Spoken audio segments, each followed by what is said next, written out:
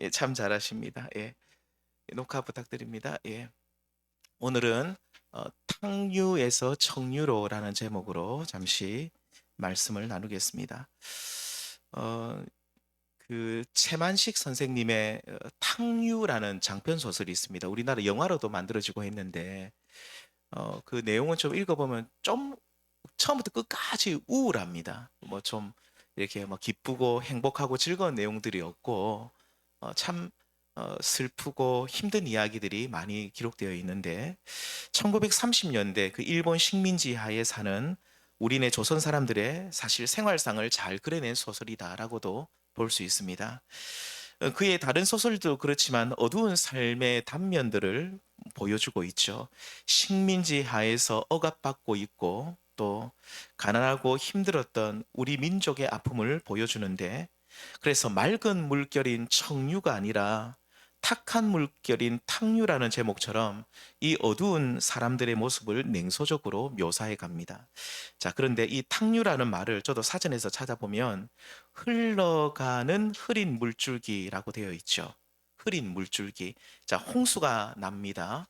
자, 이때 지면의 먼지들을 쓸어내 가면서 이제 흘러가는 강한 물줄기를 또 탕류라고도 합니다. 그래서 흐린 물줄기인데 좀 강한 물줄기. 그러니까 사람이 서 있으면 이렇게 뭐 넘어지고 쓸려갈 만큼 강한 물줄기를 이 탕류라고 하는데 제가 그 어렸을 때에 이제 부산에 살 때 한번 언제인지 모르겠는데 초등학교쯤 같은데 비가 엄청 왔습니다. 그 아마 장마 태풍이 왔든지 잘 기억이 안 나는데 엄청 났는데 저희 집에서 저희 부모님 계신 가게까지 가는데 그 어떻게 하다가 하천이 범람하진 않고 아마 이 하수구가 어떻게 좀 뭐가 막혔는지 이게 물이 빠지지를 않으니까 도로에 있는 물이 전부 다 올라오더라고요. 올라오면서 물이 뱅글뱅글 돌더라고요. 이를 쳐다보면 어지러워요. 물이 뱅글뱅글 돌면서 이게 막 물이 이까지 막 허리까지 어릴 때 막 차오르고 막 하는데 얼마나 놀랐는지 모릅니다. 이게 막 이 가만히 있다가 쓸려가겠더라고요. 그래서 어떻게 다행히 빠져나와서 큰 일은 겪지 않았지만 이 완전 흙탕물처럼 된 이 탕류가 얼마나 무섭다 하는 생각을 어렸을 때 했던 기억이 납니다. 예수님께서 누가복음 6장 마지막 부분이죠. 오늘 6장 마지막 부분인 46절부터 49절까지 우리 예수님이 탕류 이야기를 하십니다. 자, 그러니까 한 집은 예수님이 비유입니다. 이거는요. 한 집은 반석 위에 세운 집이 있고 또 한 집은 흙 위에 그러니까 모래 위에 그냥 잘 무너지는 흙 위에 모래 위에 세운 집이 있는데 큰 물이 나가지고 홍수가 나서 탕류가 그 집을 이렇게 부딪히게 되었다. 라고 말씀하시는데 이 탕류로 인해서 흙 위에 모래 위에 세운 집은 우르르 무너져 버리고 아니면 뭐 이 집이 쓸려갔든지 아무튼 무너져 버리고 집을 짓때 깊이 파가지고 추출을 반석 위에 세운 집은 기둥을 반석 위에 꽉 고정시킨 이 집은 이 탕류가 막 몰아쳐가지고 막 그 센 물결이 부딪혀도 요동하지 않는다라고 예수님이 비유로 말씀하십니다. 제가 전에 부산에 사회 갔던 그 남부민동이라는 곳이 있습니다. 그 남부민동이라는 곳에 가면 저 산 위쪽으로 우리 천마산이라는데 그 산 쪽으로 보면 집들이 어마어마하게 많이 있습니다. 집들이 다다다다다다 정말 많이 붙어 있어요. 뭐 그것뿐만 아니라 저기 범일동도 그렇고 부산 쪽은 원래 그 피난 도시라서 그리고 또 산이 많다 보니까 이제 도로는 굉장히 좀 열악합니다. 그런데 이 산 쪽에 집이 많이 있습니다. 그런데 이 남부민동이라는 곳도 이 산 쪽으로 이래 보면 굉장히 집들이 많이 있습니다. 엄청나게 집이 많이 있는데 막 도로가 이렇습니다. 올라갈 때. 자, 그런데 그 비가 많이 오고 홍수가 나면 저는 이 생각, 저기 축대 이 집하고 집 사이가 이렇게 가까우니까 축대가 무너져 가지고 이 집이 우르르 무너지지 않을까 그런 걱정을 많이 했습니다. 그런데 오랫동안 그곳에 살던 분들은 한 번도 그런 일이 없었다고 합니다. 왜냐하면 그 제가 얘기했던 그 천마산이라는 그쪽 그 산이 전부 돌산이기 때문입니다. 한마디로 오늘 말씀에 따르면 반석 위에 세운 집들입니다. 그래서 비가 아무리 많이 와도 끄떡 없대요. 그래서 산꼭대기 지금 이제 아파트 있는데 한 7-8년 전쯤에 산꼭대기쯤에 그 천마산 쪽에 700세대 정도 아파트를 세웠는데 제가 그 봤습니다. 그 돌이 어마어마하게 많이 돌을 드러내는데 그 작업이 1년 이상 했던 기억이 나요. 지하를 파야 되잖아요. 그러니까 얼마나 그 돌이 많은지 그것을 드러내는데 1년 이상 걸리고 그 돌을 드러내서 그걸 가지고 또 조경을 하더라고요. 그걸 어떻게 해서. 그래서 아무튼 지하를 파는데 1년 이상 걸리니까 그 얼마나 그 산 전체가 돌이랍니다. 그러니까 그 집들이 다다다닥 붙어 있어도 돌 위에 반석 위에 세운 집들이라서 튼튼하죠. 요즘은 건축 기술이 좋아서 뭐 흙 위에 짓나 모래 위에 뭐 짓든지 뭐 철골 구조를 튼튼하게 하면 집을 지금은 잘 지을 수 있지만 예수님 당시 건축 기술이 발달하지 않았을 때는 반석 위에 세운 집이 제일 튼튼하다라고 그때는 알려져 있었습니다.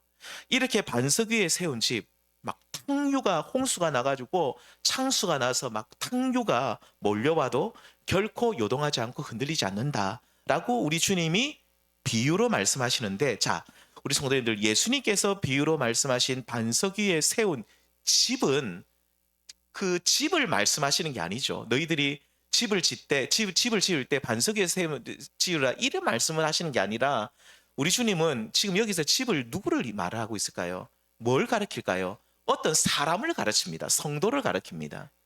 그러니까 예수님은 비유입니다. 이 집은 사람을 가르치는데 누구를 가르치느냐? 좋은 사람을 지금 좋은 집에 비유하고 있는데 그 사람이 누구냐? 6장 47절을 보시면 이렇게 말합니다. 반석 위에 세운 집과 같은, 다시 말하면 홍수가 닥쳐도 탕류가 와도 흔들리지 않는 사람은 누구냐? 그 좋은 사람이 누구냐? 하나님 말씀에 순종하는 사람이다라고 말하고 있습니다. 함께 읽겠습니다. 시작. 내게 와서 내 말을 듣고 행하는 자마다 누구와 같은 것을 너희에게 보이리라. 우리 주님의 비유에서 반석 위에 세운 집을 지금 누구를 말씀하고 있냐면 내 말을 듣고 행하는 자, 순종하는 자를 지금 비유로 말씀해 주고 있는 거죠. 내 말을 듣고 행하는 이 사람들은 누구든지 반석 위에 세운 집과 같아서 창수가 나가지고 탕류가 그 집에 막 들이닥쳐도 절대로 무너지지 않는다라고 우리 주님이 말씀을 하십니다. 성도님들, 오늘 우리는 이 땅 위의 인생을 살아가실 때 탕류와 같이 우리의 삶을 집어삼키려는 그런 것들이 우리의 삶에 몰아칠 수가 있습니다. 탕류가 우리의 삶에 막 몰아친다니까요.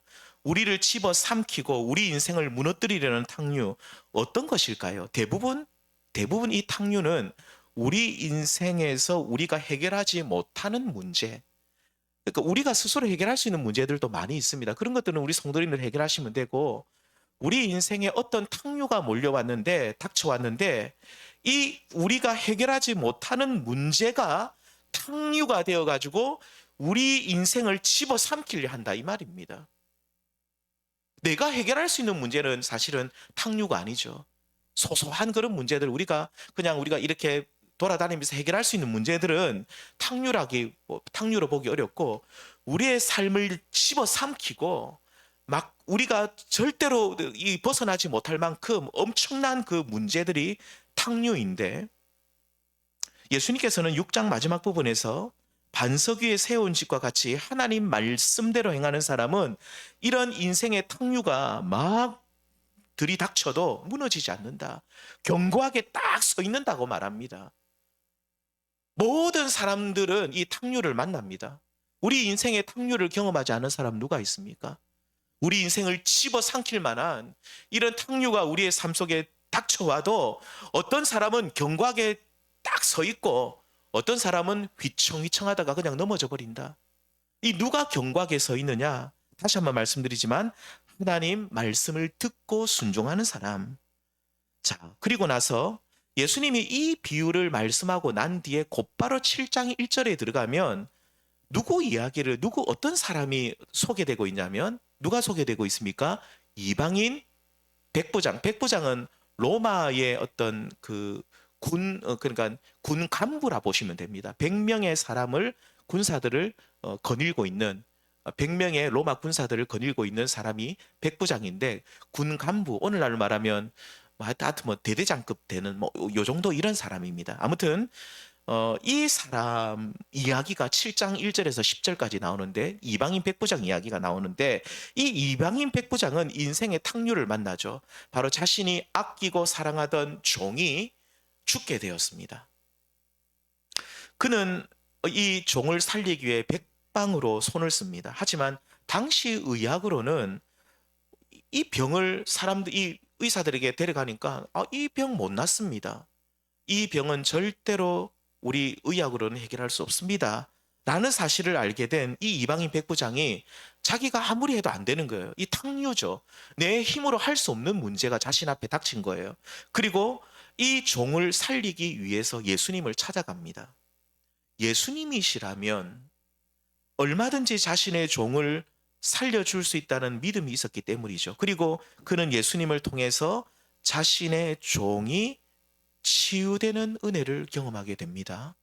자, 이 말씀이 7장 1절에서 10절까지 내용입니다. 자, 그렇다면 인생의 탕류가 몰려왔을 때에 흔들리지 않는 이 이방인 백부장은 어떤 사람이라고 말씀드릴 수 있습니까? 이 이방인 백부장은 흔들리지 않습니다. 경곽이 서 있죠. 탕류가 몰려왔는데도 흔들리지 않습니다. 이 사람은 어떤 사람인가? 다시 한번 말씀드리지만 행함이 있는 믿음을 가진 사람, 하나님 말씀을 듣고 행하는 믿음을 가진 사람이 바로 오늘 7장 1절에서 10절까지 나오는 이방인 백부장입니다. 그는 반석 위에 세운 집처럼 창수가 나서 탕류가 몰려왔는데도 결코 무너지지 않죠. 자, 그렇다면 구체적으로 어떤 믿음의 행함을 가진 사람이냐? 이방인 백부장은 행하는 믿음을 가졌다. 어떤 행함을 행하는 믿음을 가진 사람이냐? 자, 결론적으로 말씀드리면 이 이방인 백부장은 사랑으로서 역사하는 믿음을 가진 사람입니다. 우리가 이 말씀을 함께 읽겠습니다. 시작. 그리스도 예수 안에서는 할례나 무할례나 효력이 없으되 사랑으로서 역사하는 믿음뿐이니라. 사랑으로서 역사하는 믿음이 참 믿음이라는 겁니다. 사도 바울은 갈라디아 교회 성도들이 이 헛된 믿음, 거짓된 믿음으로 막 흔들리고 있었습니다. 어떤 뭐 할례를 하고 또 어떤 율법을 지키고 이런 이상한 어떤 이단 사설들이 이 갈라디아 교회 성도들을 막 시험에 들게 하고 있었을 때에 바울이 참된 믿음이 뭐냐, 주 예수 그리스도만을 믿는 그 믿음이 뭐냐라는 것을 가르치면서 진짜 믿음이 뭐냐, 그것은 사랑으로서 역사하는 믿음. 사랑으로서 역사한다는 말은 좀 쉽게 말씀드리면 사랑이 표현되는 믿음, 그러니까 사랑으로 나타나는 믿음. 그러니까 우리가 믿음이 있다는 것이 결국 무엇으로 나타난다는 겁니까? 사랑으로 나타난다 이 말입니다. 내가 믿음이 있는 사람입니다. 제가 믿음이 있는 사람인데 이 믿음이 사랑이라는 그 삶의 열매로 나타날 때, 행함으로 나타날 때 그것이 진짜 믿음이다 라고 가르쳐주고 있다 이 말이죠. 오늘 본문에 나온 이방인 백부장, 그는 사랑으로서 역사하는, 사랑이 나타나는 믿음을 가진 사람이었습니다. 이것이 행함이 있는 살아있는 믿음이었죠. 예수님 당시 우리 성도님들, 이 종은 오늘 성경에 좋은 말로 종이라고 나왔지만 노예입니다. 이 노예는 주인의 재산이었습니다. 그래서 종이 병들면 우리 성도님들 당시 이 주인들이 어떻게 했겠습니까? 쉽게 말하면 상품 가치가 떨어진 거예요. 내가 좋은 상품을 사왔는데, 예를 들면 내가 어떤 자동차를 하나 구입했는데 이게 내가 고쳐 쓰다 보니까 처음에는 좋았는데 이게 나이가 들다 보니까, 연식이 다하다 보니까 자꾸 고치다가 나중에 어떻게 합니까? 이 차가 너무 이 수리 비용이 많이 들면 나중에 어떻게 하죠? 이 차를 폐차시켜 버리죠. 예수님 당시 종은 그런 존재였습니다. 소모품이었습니다. 그래서 젊을 때 팔팔할 때 사와가지고 돈 주고 사와서 이 종이 나이가 들면 당연히 아프겠죠. 아프고 병들면 어떻게 할까요? 두 가지 방법입니다. 하나는 다시 노예시장에 헐값으로 팔아 넘기든지, 아니면 뭐 병들어 죽게 되면 그냥 죽도록 그냥 내버려 두는 겁니다. 뭐 팔아봤자 돈도 안 되니까 그냥 뭐 죽으면 죽는 거고, 뭐 지가 혼자서 뭐 기운이 있으면 뭐 살면 사는 거고 그냥 내버려 두는 것이 당시 주인들의 대부분 사람들의 그런 이 종을 대하는 주인들의 모습이었습니다. 그런데 이 이방인 백부장은 오늘 말씀에도 나와 있지만 7장 쭉 보면 나와 있지만 이 이방인 백부장은 어떻게 그가 하나님을 믿는 믿음을 가졌는지는 몰라도 유대인들을 위해서 회당을 지어줄 만큼, 회당은 지금으로 말하면 교회입니다. 예배처소. 오늘날로 말하면 교회 예배당을 하나 지어줬다 이 말입니다. 이 믿음이 대단한 사람이었어요. 그런데 이 믿음을, 하나님을 향한 믿음을 가진 이 사람은 자신의 종이, 사랑하는 종이 죽어가고 있을 때에 이 종을 당시 주인들처럼 수명이 다했다고 이 소모품처럼 그냥 갖다 버리는 것이, 죽도록 내버려 두는 것이 하나님의 뜻이 아니라는 사실을 이 이방인 백부장은 알고 있었다 이 말입니다. 근데 알고만 있는 것이 아니라 실제로 행하지요. 어떻게 해요? 사랑으로서 역사하는 믿음을 발동하게 됩니다. 그래서 그는 이 종을 살리기 위해서 여기저기 사람들에게 알아봅니다. 그런데 종의 병은 이 약을 써보고 저 약을 써봐도 여전히 종의 병은 깊어만 가고 있었고 이제 보니 죽을 날이 얼마 남지 않았습니다. 우리 성도님들, 가족이라면 당연히 포기하지 않았겠죠. 가족이라면 이 이방인 백부장은 포기하지 않았을 겁니다. 근데 이 이방인 백부장에게 이 종은 피 한 방울 섞이지 않은 종입니다. 근데 이 종을 위해서 이토록 애쓰는 주인이 그 당시에는 아무도 없었습니다. 없었어요. 누가 그렇게 애를 쓰냐는 거죠. 소모품인데 내가 쓸 만큼 다 썼는데 그러면 갖다 버리는 것이 그때 당시에 어떤 관례였는데, 이 주인은 이 종을 살리기 위해 백방으로 노력을 하고 결국은 자기의 힘으로 할 수 없는 인생의 탕류가 몰려왔으니 이제 이 문제를 가지고 예수님을 찾아가죠. 그가 이렇게 할 수 있었던 이유가 뭡니까? 종을 향한 이 사랑을 베풀어 줄 수 있었던 이유가 뭡니까? 믿음이 있었다 이 말입니다. 믿음에서 나오는 사랑. 그러니까 믿음이 먼저입니다. 하나님을 향한 믿음, 주님을 향한 믿음, 그 믿음에서 나오는, 참된 믿음에서 나오는, 살아있는 믿음에서 나오는 사랑으로서 역사하는 믿음이 이 이방인 백부장에게 있었다 이 말입니다. 예수님께서는 그래서 7장 7절에 보시면 이 이방인 백부장을 어떻게 칭찬합니까? 이런 칭찬을 예수님이 하신 적이 없습니다. 어떻게 칭찬합니까? 내가 이스라엘 중에 이만한 믿음을 본 사람이 아무도 없다. 이스라엘의 유대인들 중에 이 사람이 이방인입니다. 그 수많은 유대인들이 있는데 이 대단한 유대인들 중에서도 이만한 믿음을 본 사람이 없다. 예수님이 이 이방인 백부장의 믿음을 정말로 칭찬하십니다. 그리고 그 믿음으로 인하여 이 종이 어떻게 됩니까? 결국 나았습니다. 누가복음 5장 이야기를 또 제가 잠시만 드리겠습니다. 누가복음 7장에 이방인 백부장 이야기가 나오고 5장에도 보시면 제가 지난 수요 예배 때도 말씀드렸는데 중풍병자가 낫게 된 사건이 나옵니다. 중풍병이 뭡니까? 제가 설명 안 드려도 알죠. 예, 움직이지 못하는 병이죠. 예, 팔다리가 마비되는 병인데 지금 또 심각한 병인데 예수님 당시에는 이건 그냥 불치병이에요. 이 중풍병자는 얼마나 중풍이 심하게 왔는지 사지가 마비되어서 아예 일어나지를 못하는 그런 상태였습니다. 이때 이를 데려온 4명의 사람들이 있었다고 하는데 4명의 사람들이 들것 알죠? 들것에 하나, 둘, 셋, 4개 잡을 수 있잖아요. 그러니까 한 사람, 두 사람, 세 사람, 네 사람, 친구 4사람이 이 중풍병자를 이렇게 데리고 예수님께 찾아옵니다. 근데 예수님을 찾아왔는데 사람들이 많아서 예수님께 갈 수가 없으니까 지붕을 뜯어가지고 이 줄을 딱 매가지고 달아서 예수님 앞으로 이렇게 데리고 옵니다. 그런데 예수님이 5장 20절에 보면 이 중풍병자를 데리고 온 그 친구들의 믿음을 봅니다. 누구의 믿음을 본다고요? 그래서 5장 20절에 이렇게 말합니다. 그들의 믿음을 그의 믿음이 아니라 그들의 친구들입니다. 그들의 믿음을 보시고 중풍병자를 고쳐주셨다. 자, 여기에서 그들의 믿음은 어떤 믿음일까요? 오늘 본문에 나온 이방인 백부장과 동일한 믿음으로 볼 수 있는데 이들은 중풍병에 걸려서 움직이지 못하는 친구를 향한 사랑이 가득한 마음을 가지고 친구를 데리고 왔습니다. 너무 불쌍하다는 거예요. 이 친구 이렇게 사지가 마비되어서 이렇게 있으면 그냥 죽은 거나 마찬가지고 너무너무 불쌍한 내 친구를 우리가 이 인생의 탕류가 몰려왔는데 이 친구가 이 인생의 탕류를 혼자 해결할 수 없어요. 자기 힘으로 뭐 걸어갈 수 있어야지 의사한테 가죠. 혼자 갈 수도 없고 또 의사한테 물어봐도 이 병은 못 고칩니다. 이 병을 어떻게 고치느냐 하면서 못 고친다 하니까 그러니까 인생의 탕류를 만났을 때 이 친구도 해결할 수 없고 친구들도 해결할 수 없을 때 이 네 명의 친구들의 마음에 이 불쌍한 중풍병에 결된 친구를 향한 사랑의 마음이 발동하기 시작합니다.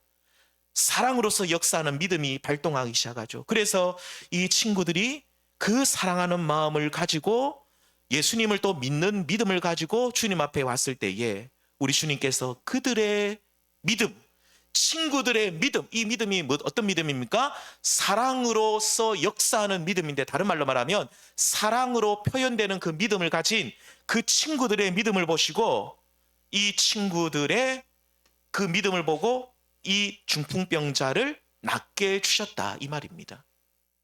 이들은 사랑의 수고를 마다하지 않았습니다. 사랑으로서 역사하는 믿음을 가진 이 중풍병자의 친구들이었죠. 예수님께서는 친구들의 살아있는 믿음, 사랑으로서 역사하는 그 믿음을 보시고 중풍병자를 낫게 해주셨던 것이죠. 사랑하는 성도님들, 오늘 우리 주님께서는 믿음을 보십니다. 예수님께서는 항상 말씀하셨던 것이 너희 믿음을 본다고 말씀하시는데 믿음을 본다는 말씀 속에서는 항상 무엇을 찾는다고 주님이 말씀하십니까? 사랑을 찾으십니다. 살아있는 믿음을 찾으십니다.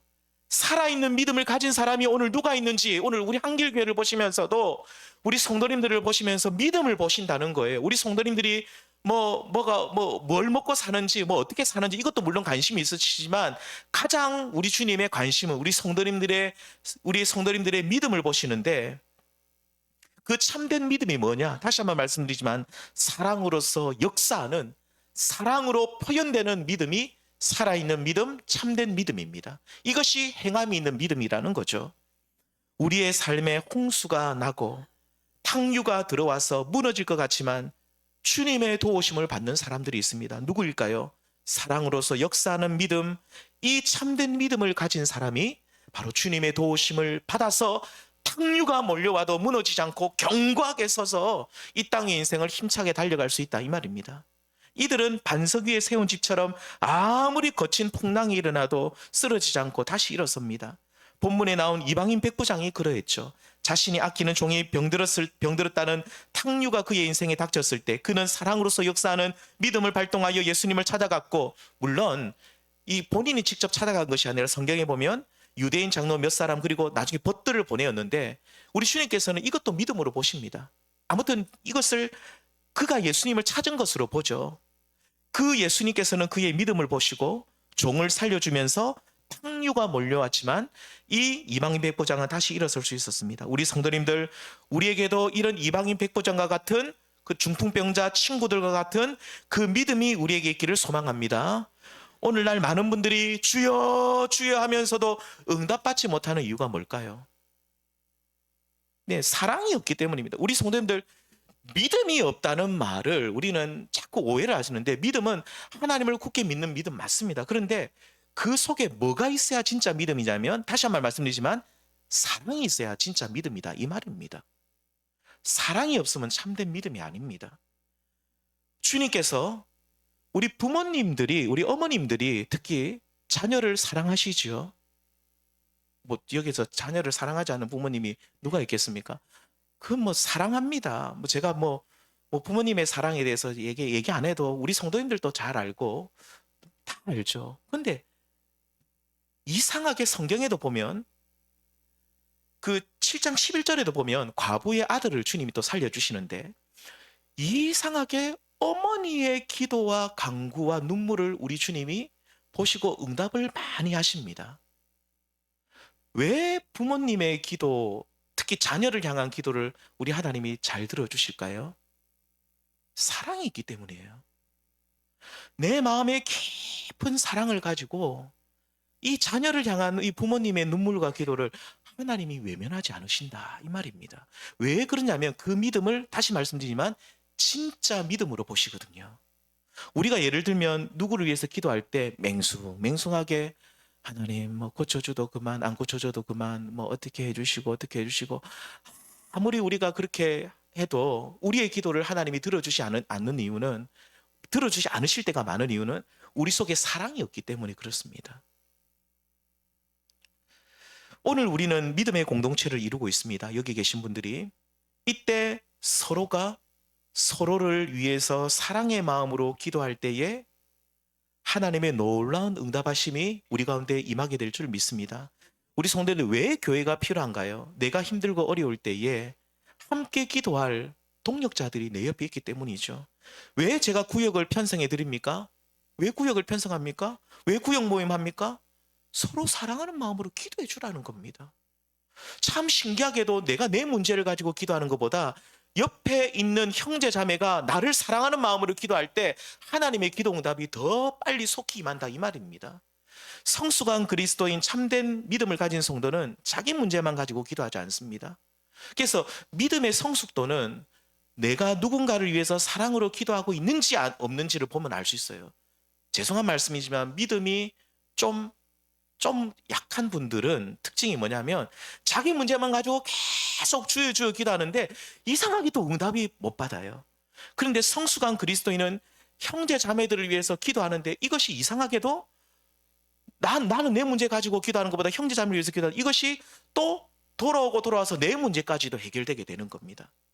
그래서 우리가 누군가를 위해서 사랑의 마음으로 기도하는 성도님들이 있다면 그 성도님들은 성숙한 믿음의 사람, 살아있는 믿음의 사람이다라고 볼 수 있는 것이죠. 어떻게 우리가 기도해야 될까요? 사랑하는 마음으로 기도해야 됩니다. 나랑 피 한 방울 섞이지 않은 집사님, 권사님, 장로님이지만 지금 이분들이 어려움 중에 있다는 말을 듣고 함께 애통하며 기도하는 겁니다. 그러니까 우리가 때로는 내 문제 때문에 눈물을 흘리는 것이 아니라 옆에 있는 우리 집사님이, 옆에 있는 우리 권사님이, 옆에 있는 우리 장로님이 누군가가 지금 아파하고 있는 거예요. 이 문제를 마치 내 문제인 것처럼 가지고 와서 주님 앞에 눈물로 기도하고 주님 앞에 정말로 쏟아내올 때 우리 주님이 그 기도를, 그 믿음을 살아있는 믿음으로 나에게 기도하고 있구나라고 주님이 보시고 주님의 응답이 속히 임한다, 이 말입니다. 우리 사랑하는 성도님들, 그런데 참 안타까운 사실은 오늘날 너무나도 이기적인 세상 풍조 속에 우리는 살아가고 있죠. 사람들은 자기밖에 모릅니다. 말세가 되면 자기밖에 모른다고 주님이 이미 말씀하셨는데 정말로 지금 마지막 때를 우리가 살아가고 있는 이 시대에 진짜 자기밖에 모르죠. 자기 가족밖에 몰라요. 교회도 사람들이, 교회 오는 사람들 보면 자기 영혼만 구원받기 위해 온다, 이런 분들이 너무 많아요.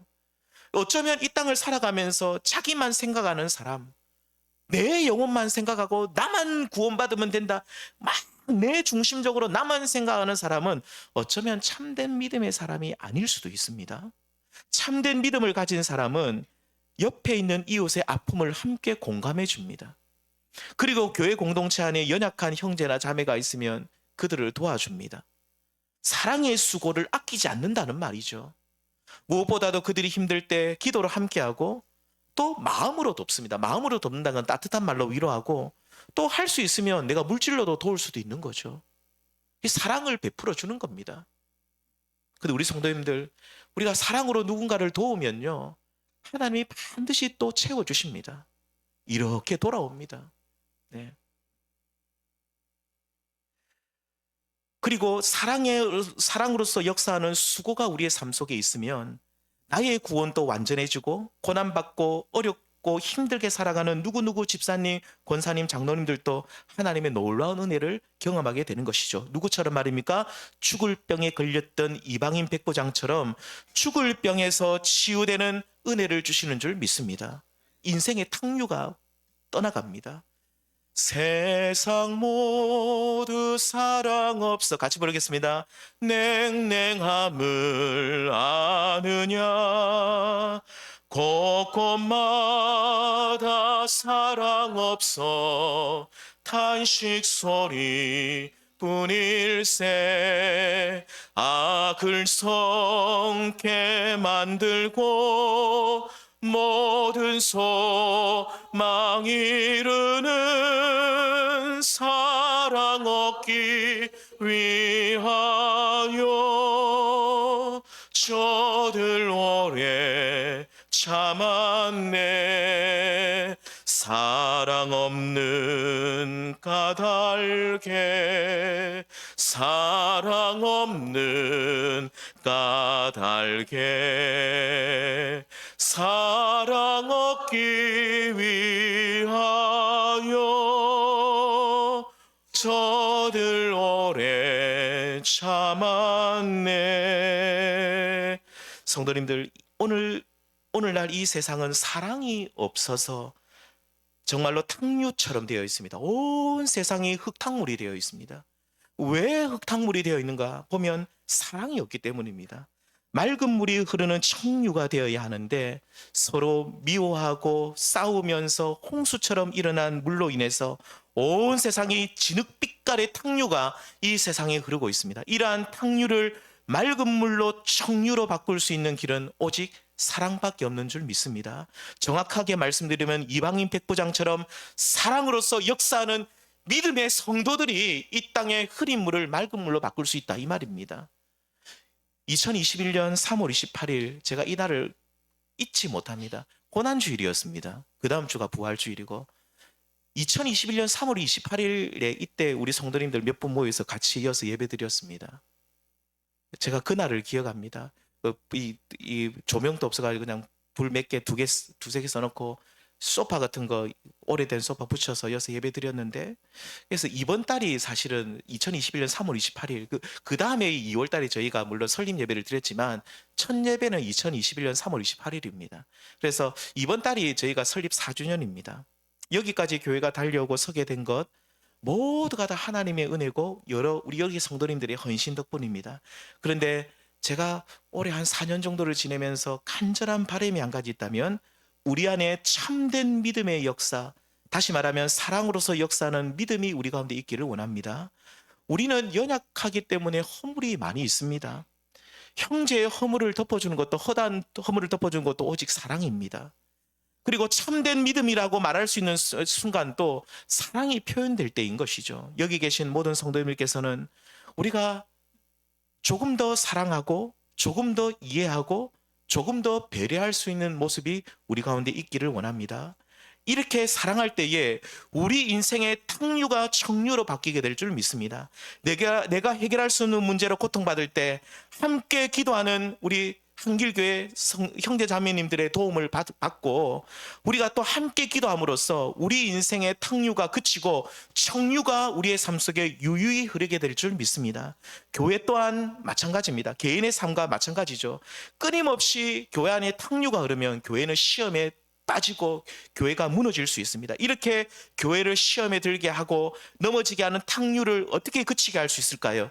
오직 우리 한길교회 안에 사랑으로서 역사하는 믿음이 우리 가운데 있을 때에 이 탕류가 그치게 될 줄 믿습니다. 서로 사랑하고 또 사랑하고 하나님을 찾고 하나님을 또 구하게 될 때에 사단 마귀의 탕류를 하나님이 청류로 바뀌어 주셔서 이 우리 교회 가운데 참된 부흥과 회복의 역사가 우리 교회 가운데 있게 될 줄 믿습니다. 사랑하는 성도님들, 오늘 그러므로 우리가 정말로 기도해야 될 것은 하나님 우리 안에 주님의 사랑을 가득 부어 주십시오. 우리 이 시간 합심해서 잠시 기도드리겠습니다. 기도하실 때 주님, 우리 속에 주님의 사랑을 풍성하게 부어달라는 그런 한 가지 기도 제목만 가지고, 그래서 하나님 우리가 사랑으로서 역사하는 참된 믿음을 가진 사람, 행함이 있는 믿음을 가진 사람이 될 수 있도록 해달라고 우리가 주의 사랑을 구하는 그런 기도를 잠시 드리며 나가도록 하겠습니다. 기도드리겠습니다. 하나님 아버지,